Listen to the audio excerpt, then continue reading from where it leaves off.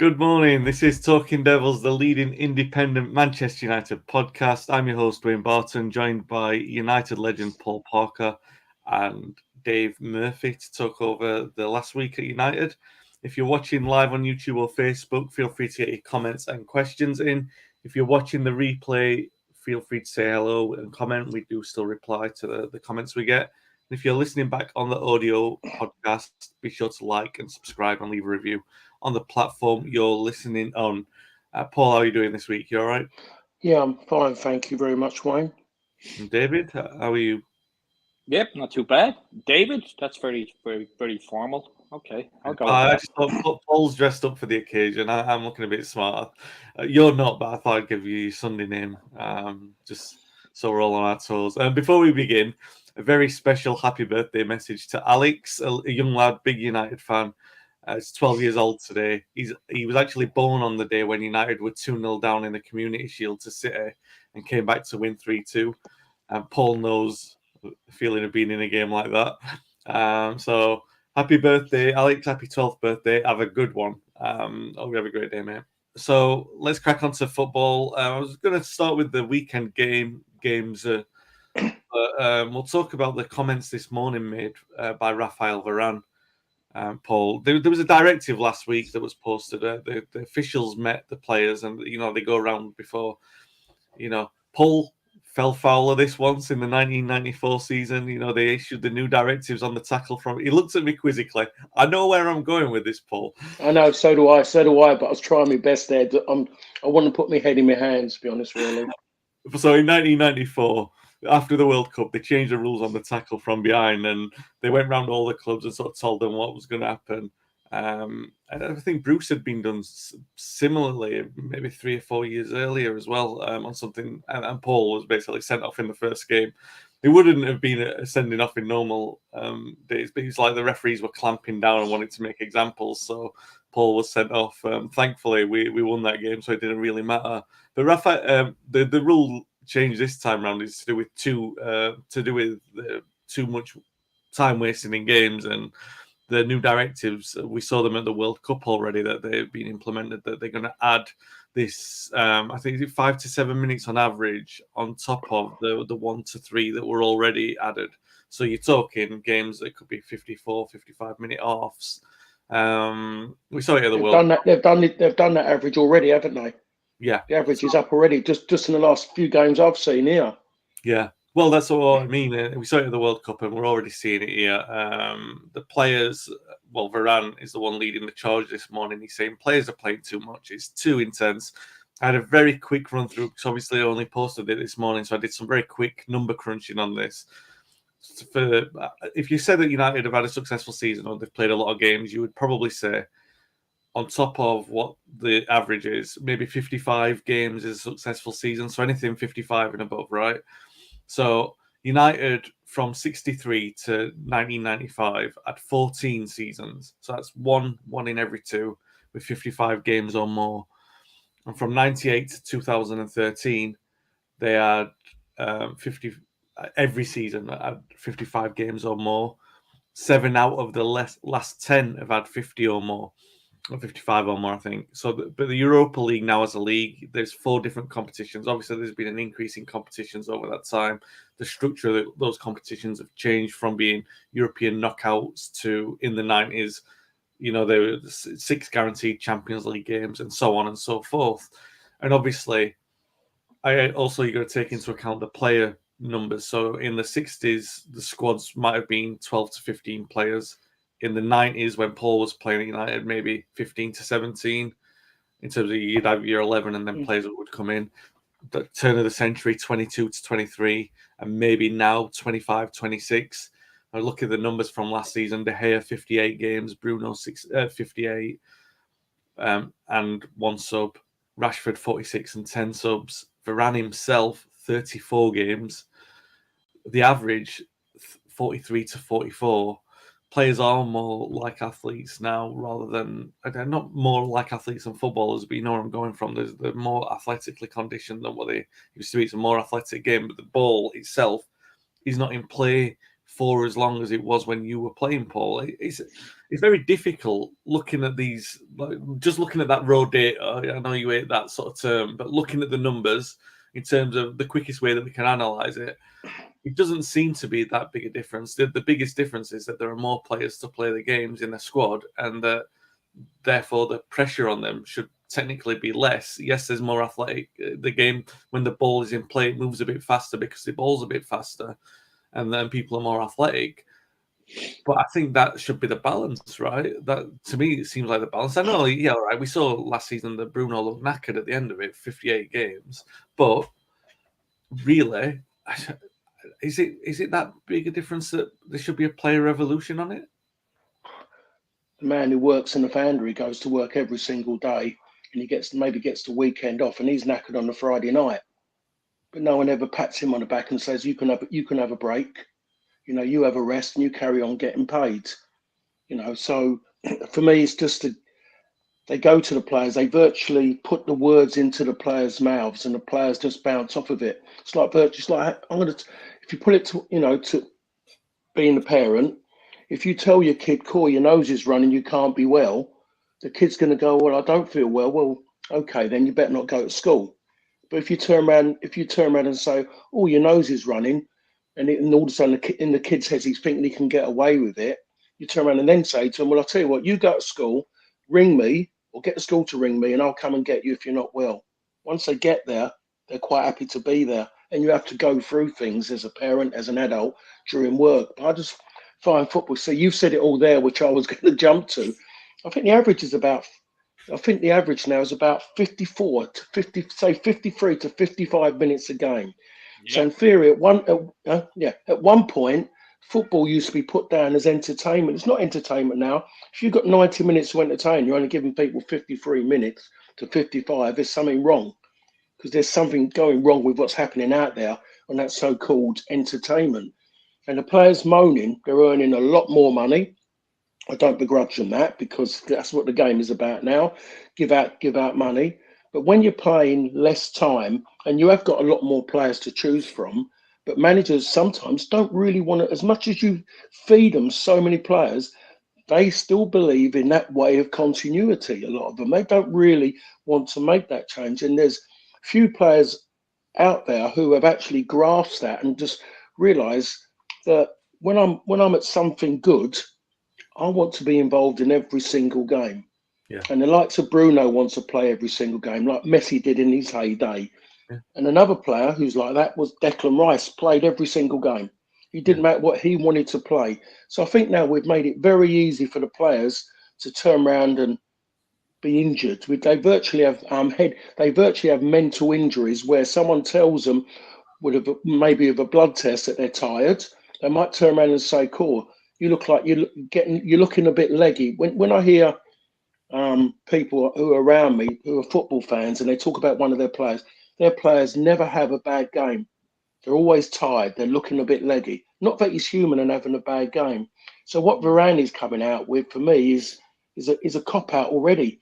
And he's one. He misses games. I think he had one of his best times in a long time last season. He played a lot of games on the bounce, and that was through that time when United were going through a really good spell of winning games. They were justified to win those games. That hasn't happened to United for a long, long time over a lot of managers. They were winning games before, and everyone was just accepting a win rather than looking at performances. So I think someone like Raphael Varane has kind of just got to suck it really and get on with it. He did it at Real Madrid. He was going down. You think about Real Madrid during their Champions League time when they was winning Champions League and winning their domestic league as well. How many changes did they make during that run?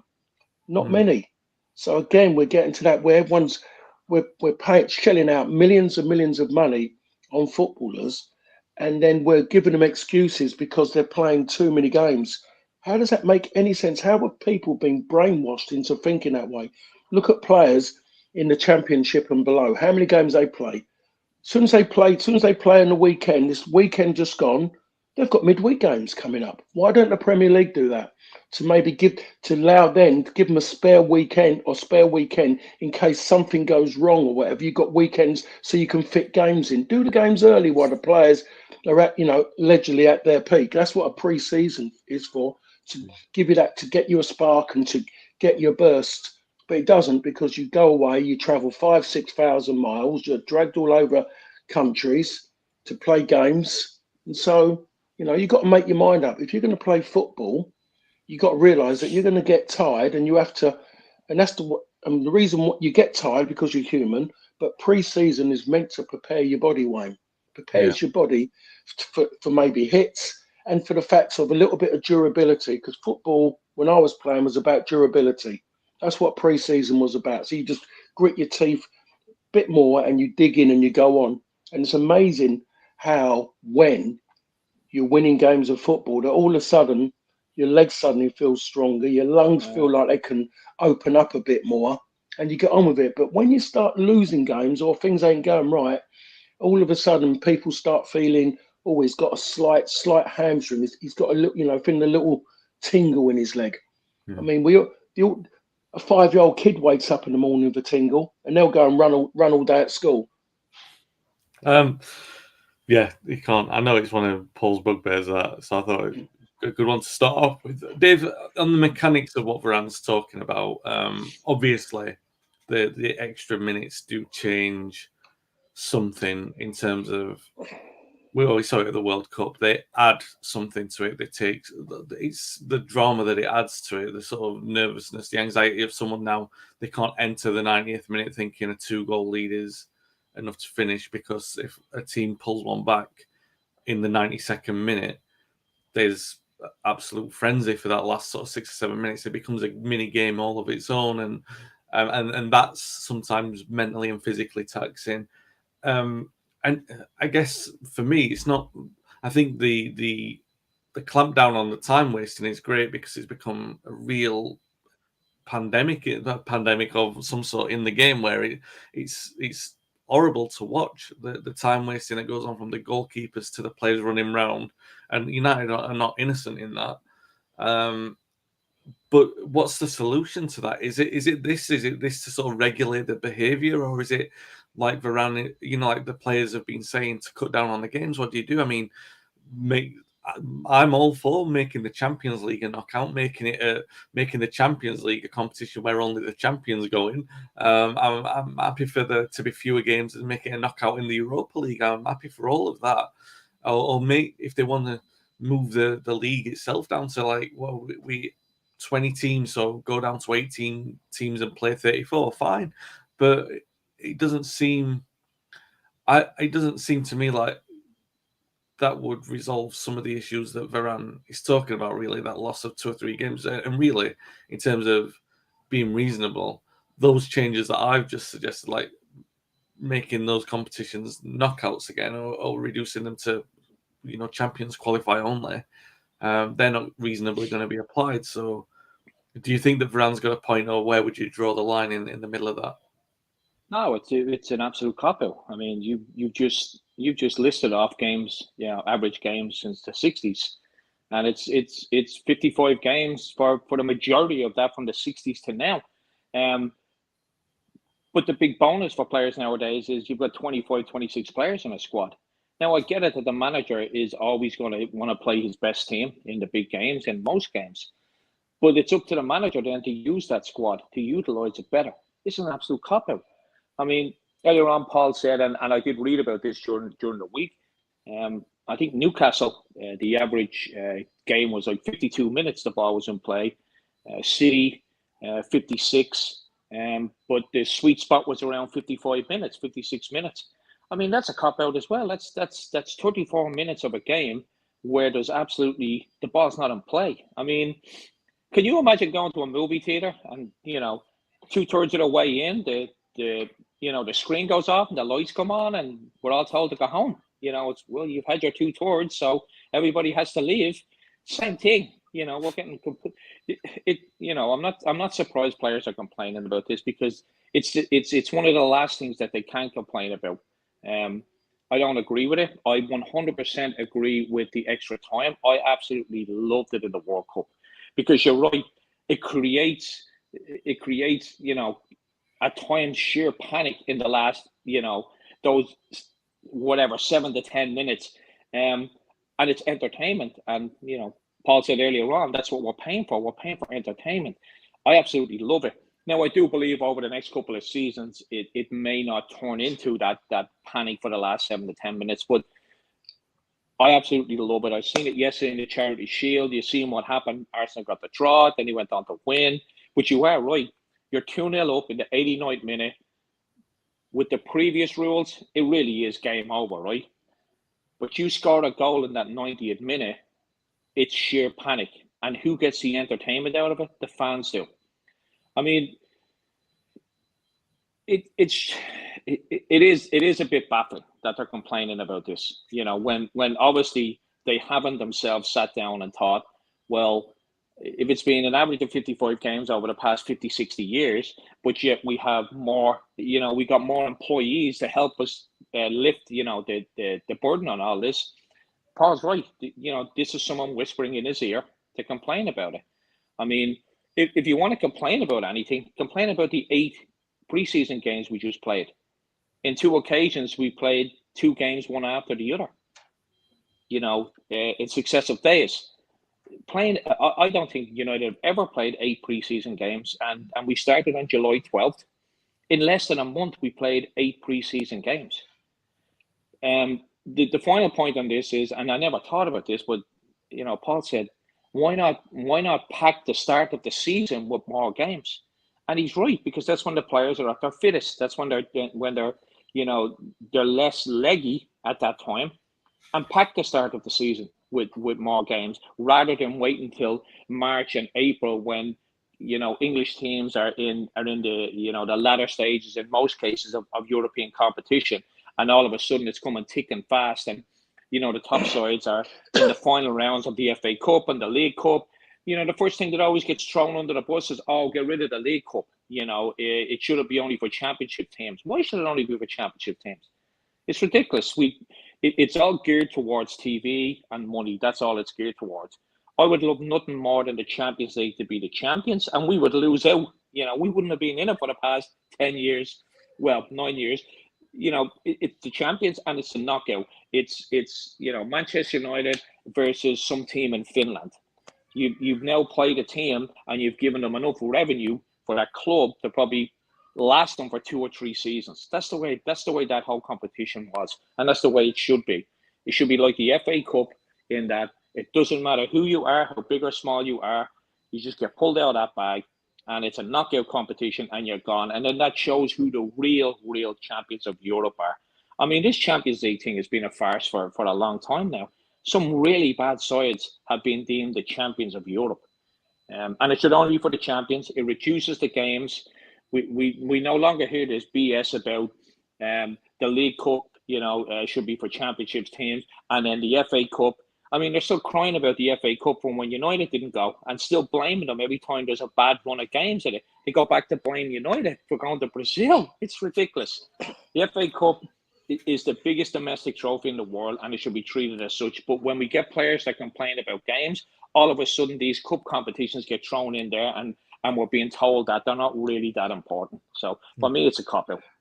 No, sorry, Dave, but what you're saying is 100% right. For me, they never really think about the players, because as far as I'm concerned, if you're a player, you want to win a medal, you want to play in a big occasion, you want everything, you want your ego being massaged, you want the adulation, you want that moment to walk out of Wembley, and you try and take away from a Martinez, whatever, you try and take away his medal from winning that League Cup against Newcastle. You turn around and say to him, that's nothing. He's come to the UK, he's come to England to play in the so-called best league in the world, and in his first season, he's won a medal in the final. So that's the bit. No one thinks about the players. Everyone's thinking about going out with this kind of narrative of tiredness and give people a rest in between and games.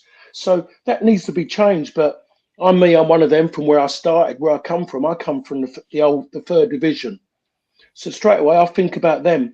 At the start of every season, they know that they're going to play more games than those people in the top league, regardless of any cup games. They're playing more league games, and then they've got their in-house competition. They've got the FA Cup.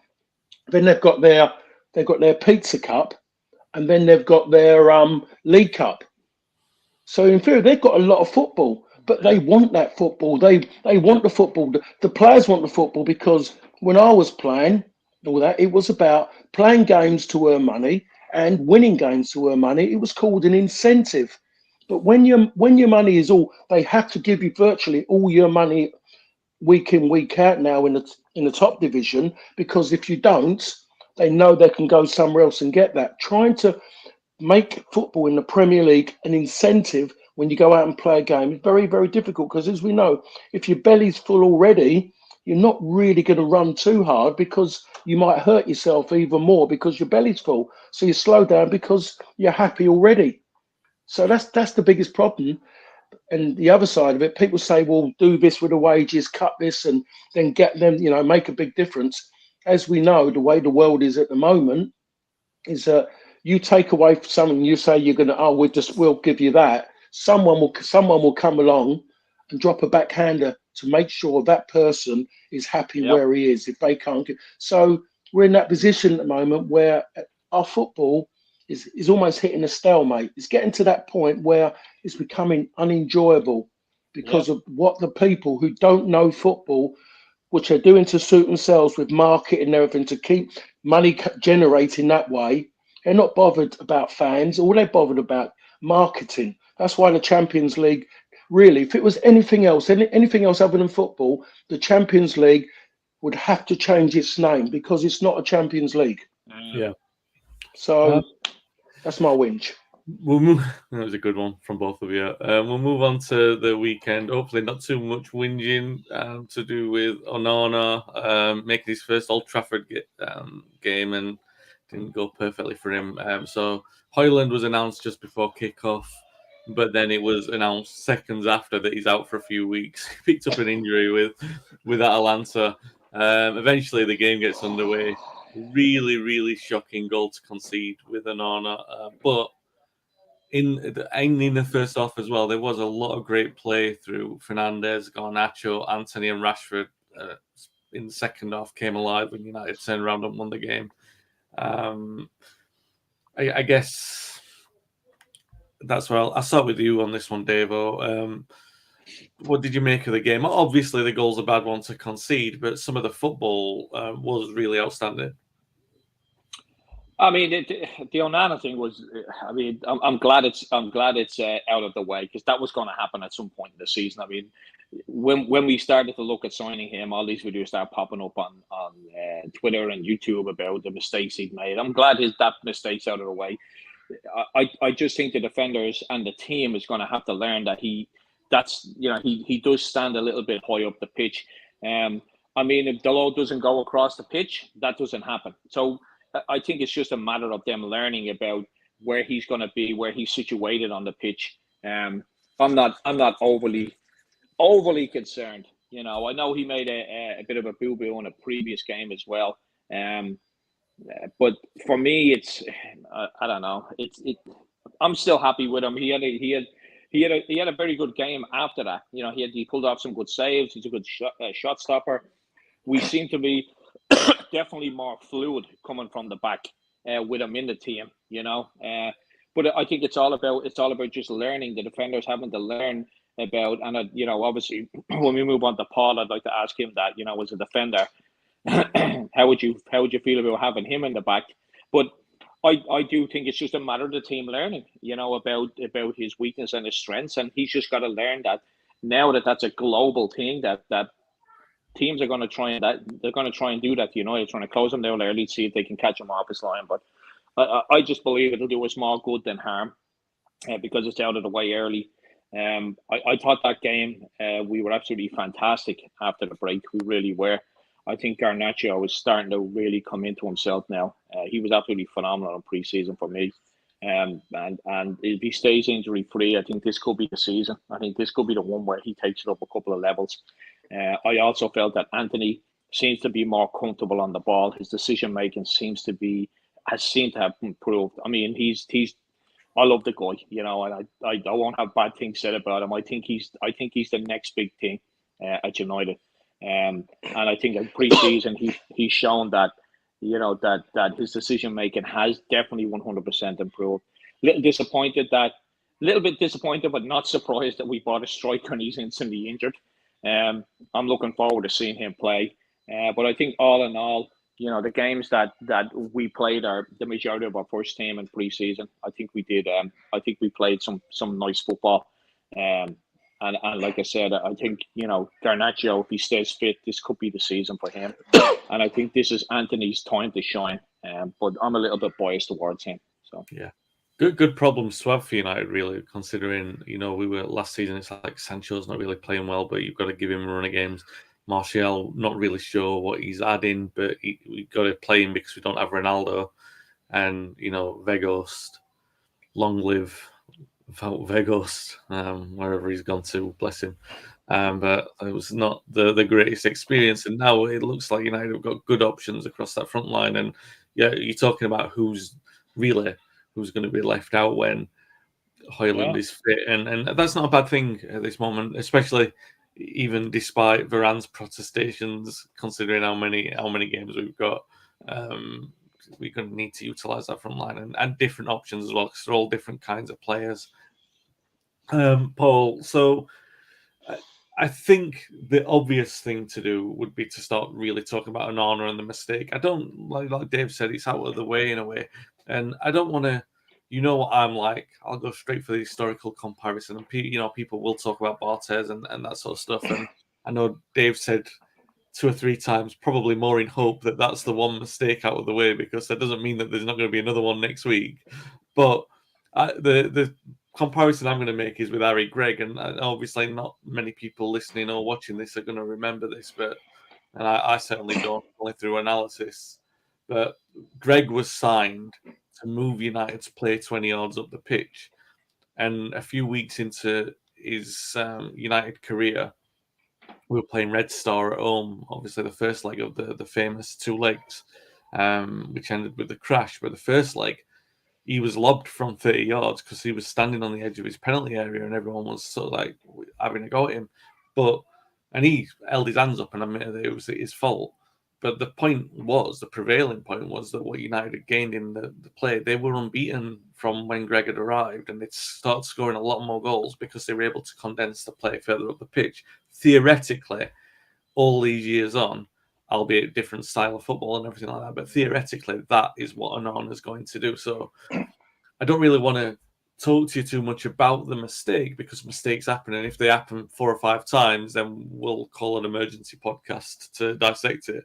But in terms of, I want to talk to you, because we got a question from Dan, one of our podcast website admin guys, and he was talking about Onana's first friendly, where there was an infamous clip now where he was he had a go at Maguire, and it seemed to like be really stark contrast to the way that De Gea would play. You know, De Gea and Van der Sar. Van der Sar was a little bit more vocal than De Gea, but Onana seems a lot more vibrant and active in that regard. And the question really is about playing in front of strong goalkeepers, because you played in front of Shilton, Seaman, Schmeichel, 3 very vocal goalkeepers. As a defender, does it help you as an individual? Does it help the defense focus more with a more vocal goalkeeper, or does that not really make much difference? I think it makes it. I wouldn't really know, because I played with vocal. Wherever I'm trying to think, wherever I was, I played with majority of the time with vocal goalkeepers. Big Pete was the one. Big Pete would have done exactly the same as what Onana done. Exactly the same, and he was doing it every week. Everyone talks about his big bust ups, always with Brucey. Yeah. Always with Brucey, but maybe that got a little bit that way because they were neighbours anyway. They were like lived on each other's doorstep, and they travelled in together quite a lot of the time. So that was that bit. Maybe he felt because he could do, because they knew each other inside out, really. But Big Pete was like that. Even the teams will have a shot from 30 yards. Big Pete was always going to moan at somebody.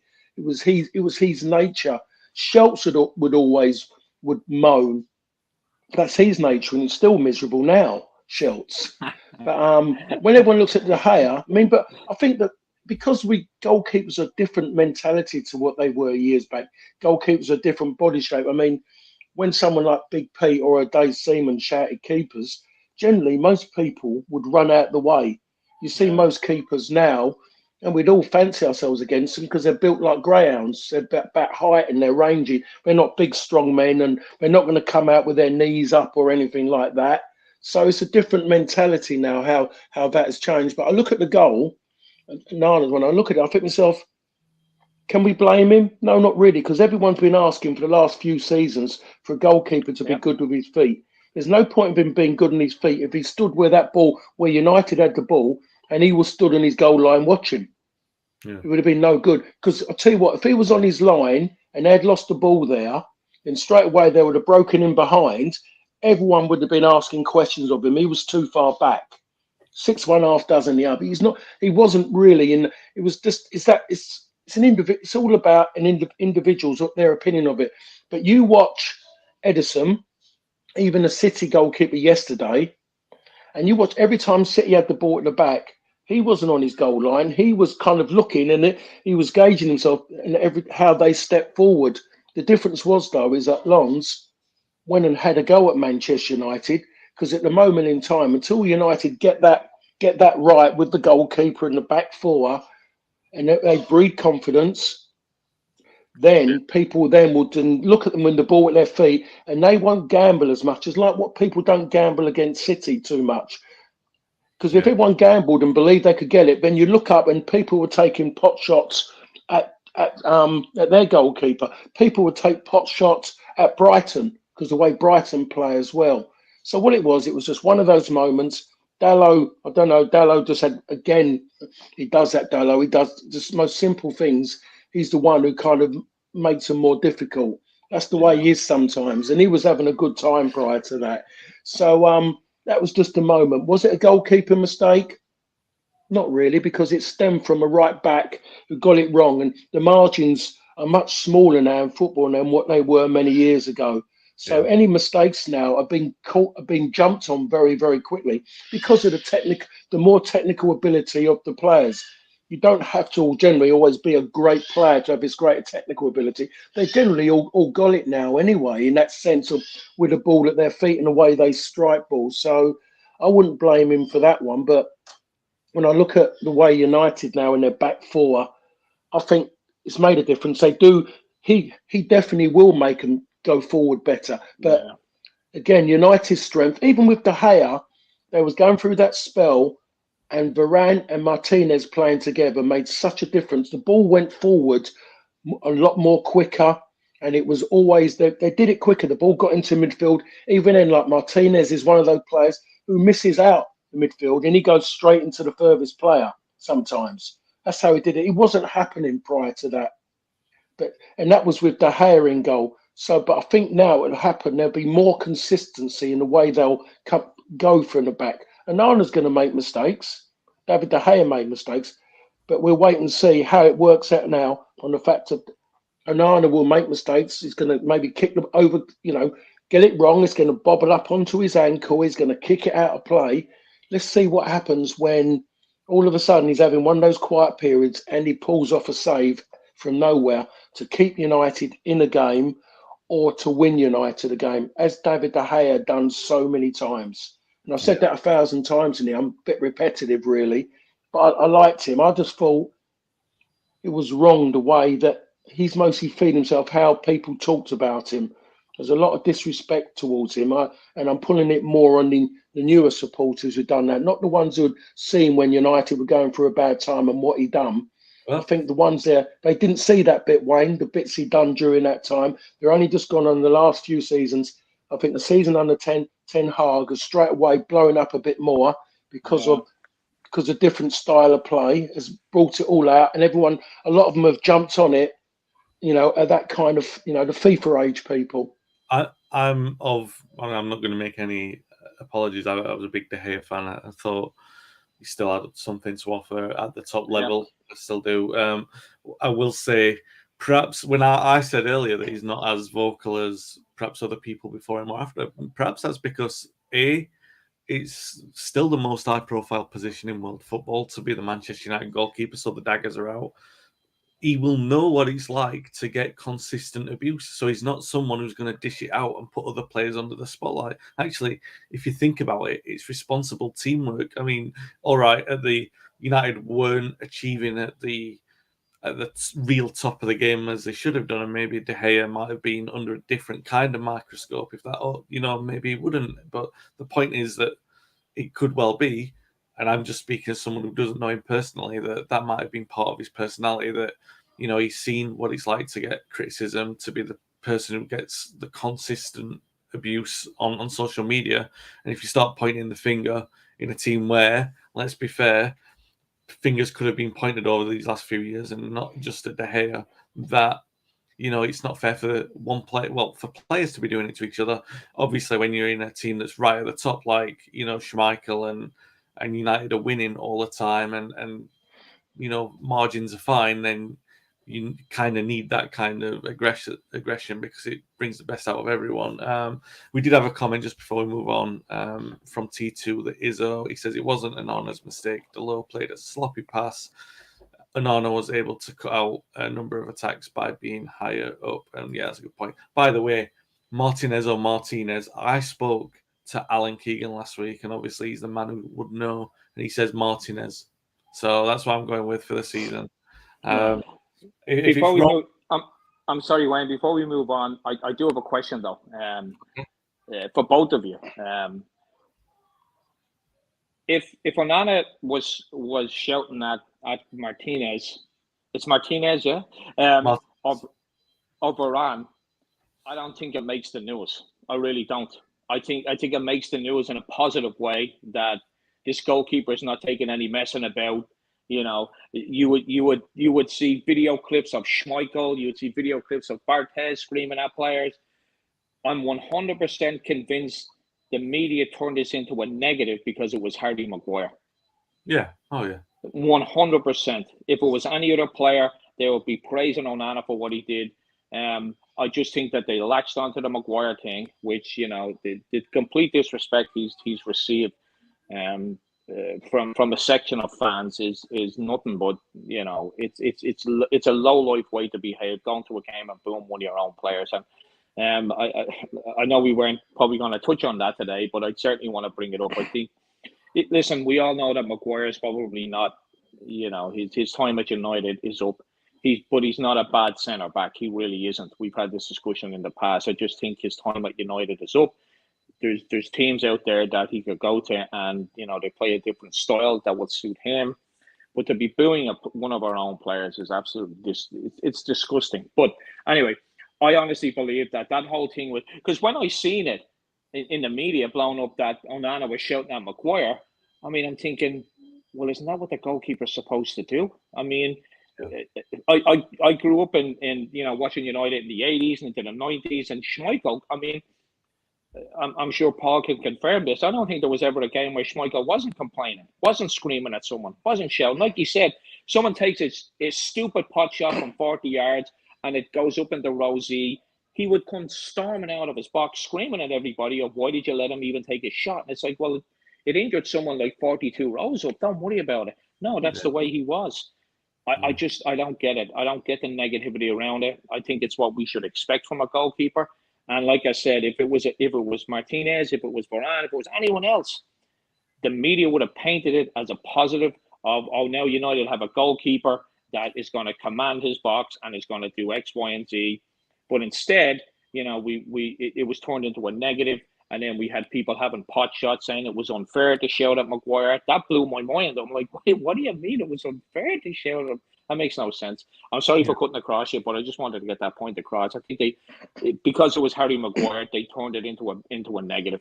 Yeah, no, Paul and I over the last season, Maguire has probably been the one who got the most criticism because he was out of form last season. But we in the season before that, we were talking about Lindelof and Eric Bailly, me and Paul, on a weekly basis.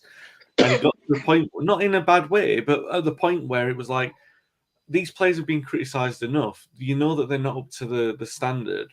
there's no point criticizing it. Everybody knows it now. Do you know? And that's where we are with Maguire. And I think, like, all right, everybody accepts. Maybe he doesn't accept that it's time to move on, and a player's ego can do that. You know, he might want to stay at Manchester United. It's a place to be. But like a lot, you know, if you're a high-profile England defender and your next move is going to be down, you are going to be very reluctant to leave United because for obvious reasons. So yeah, I don't agree with the booing. That's absolutely ridiculous. But it is what it is. I wouldn't do it. People are entitled to do what they want to do, aren't they? Hopefully there'll be no booing on Monday. Let's get to the Wolves game on Monday. Premier League football is back. Incredibly, can't wait. Wolves, traditionally one of the worst games to watch, possibly only surpassed by a game against Newcastle these days. But they have changed the manager, and they were slightly easier to play against last season. It made the games not as difficult to watch. And they've had a difficult summer, really, Paul. I mean, they've signed a couple of players. This Cunha from Atletico Madrid is basically their replacement for Neves, but Neves was so fundamental to the way that they played. So was Moutinho, and he's gone. Adama Traore, who was so fast and terrifying when, well, all right, he's inconsistent, but he was so fast. And they've lost these players who were so crucial to the way that Wolves have played football for the last 4 or 5 years. And now they've got a new manager, a new direction, a few new players. A lot of people are tipping them as you know, not surprised really, as one of the candidates to be dragged into the relegation zone. It makes it a good time to play them at Old Trafford when they're trying to reset the midfield. Having said that, you know, they've brought in these two new midfielders who might want to, you know, they might just have the energy from the start and really give it a go with license to be able to do that. It's a free hit for them coming to Old Trafford. Paul, how do you reckon it's going to go? Do you think it's a good game for United to kick off the season with? I think when you're playing, when you start season, you're playing your sides that everyone is tipping that's going to go down. It's good that you do get them early, and more so at home when you're playing at home. But the one thing about Wolves is they were kind of a pondering team, especially when you mention that midfield. No great pace. Their pace come from the fullbacks. When you look at Jimenez, was generally the one through the middle who weren't the quickest, and obviously his game changed because of what happened to him with that injury he got. When you look at, is it Podence? He was there, maybe their only one, the little lad up front with any great pace. So I believe that he's added, as you just said there when you was leaning into it, they've added more energy to that midfield. Neves, keep forgetting now, Neves, what is he, 26, 27? Yeah. I think it's feel like he's been around 30 years already. Yeah, it's just incredible how long he's been around. And someone like him, I'm just surprised that no one, a big club never took him on. There was always the talk, but it never materialised. But for a lot of those players who are playing, he's going to be a big miss for them because he's been around since their championship day, and he was the main man who got him out of the championship without a doubt.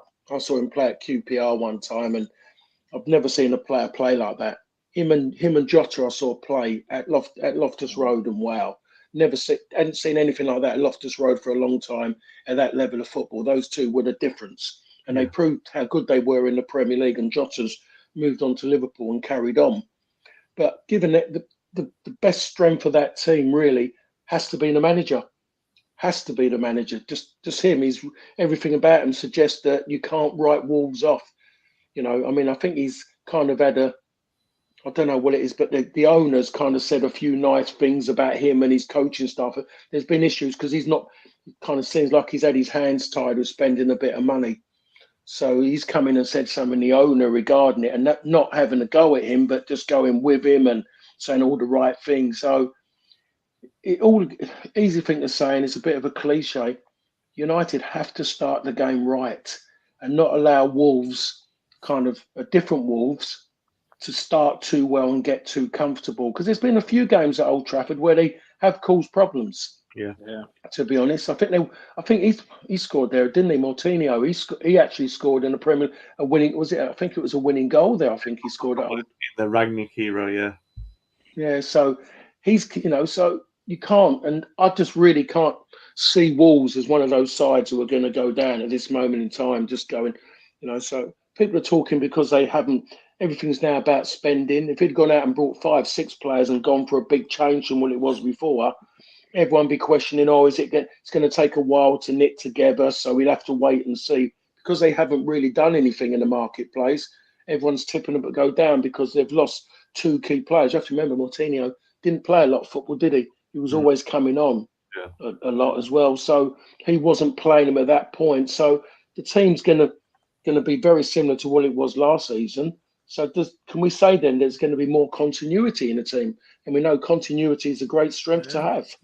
Well, it's been Wolves' strength, but I think that's where they don't have it, where they are changing, Dave. Like Paul says, I mean, it is an obvious statement, I guess, but United really do need to start, every game quick, but particularly this one, to capitalise on the fact that Wolves they are still sort of getting used to each other in the crucial area of midfield. So if United can stamp home something earlier on, then it just makes that game more difficult for them in the way that you know what it's like for a team of, without wanting to be disrespectful, they are now an established Premier League side, but when they're refinding their feet, if you get them early on and get a couple of goals in, and you can control the game in the 110 minutes that you're going to be playing it, now that a team are more like, not to give up, but that they'll say like, all right, well, this is the free hit anyway, so we'll just sort of stroll through this. United really need to get Wolves into that position, don't they?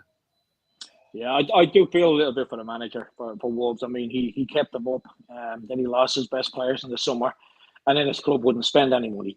I actually thought at one point over the past couple of weeks he was either going to get sacked or he was going to quit. But Wolves have been a thorn in our side for the past 3, 4, 5 seasons. I don't like playing Wolves at this point because they do cause us problems. I was happy to see that they did lose a couple of players over the summer, because my first instinct was, well, at least when we played them, they'd be a little bit weaker. But that said, there's a lot to be said about continuity and the players that you have and the players that you're keeping, as Paul touched on there. Because, I mean, Nottingham Forest bought, 600 players last season. And that was an absolute mess for the majority of the season, where they were going to put them in, who was going to play. There's a lot to be said about, even though managers probably want to improve their squad, there's a lot to be said about the nucleus of the team, even though they've lost 2 of their best players. And now there could be a siege mentality now at Wolves in that regard. I mean, when we spoke earlier on about time waste, and I think Wolves and Newcastle are up there as the biggest time wasters in the Premier League. Statistically, I think it is. I know Newcastle are. And Wolves can't be that far off, because we've had many games down the years where we've been frustrated by their time wasting. But like most games, we got to start it. We got to start quickly, and we got to get a goal or 2, because we're at home. That's all we can ask for. A home game, the very first game of the season against, and no disrespect, a lesser team than the top 5, top 6. Wolves, rightly so, are probably in the mix right now, that conversation about being relegated, but that may create a siege mentality. It may have the opposite effect of what we think will happen. But yeah, there's a couple of teams at Old Trafford that I didn't like down the years. Wolves is one, and there was a time where Derby County gave us so many headaches, and that Paulo one-chop game and stuff like that just sticks in the head. But yeah, I think it's going to be a tricky tie, but you can't ask for it. I mean, maybe one of the promoted sides, the first game of the season at Old Trafford. This is probably on a level nearer to that in regard to what you want to have in your first game. So I'm looking forward to it, but we do need to start bright, because if they dig their heels in, they could come away with a point. I was looking forward to it at the start of this podcast, and now you've said that they might have a greater siege mentality, and I'm thinking, oh, good grief, they really could. So thanks for that. Well, I guess we won't be back next week because of the fact that the game's on Monday night, so it'll be the week after for us. If you've enjoyed the podcast, give us a rating or review on the platform you're listening on, and if you're watching the replay, feel free to give us a comment as well, because we still reply to those. Thanks for listening. Thanks for watching, guys. And we'll be back when we're talking about, I guess, how United have done against Wolves, and it will be Spurs after that, I think, is the second game. So a lot to get through that second time. So have a great week, guys, and thanks for listening and watching.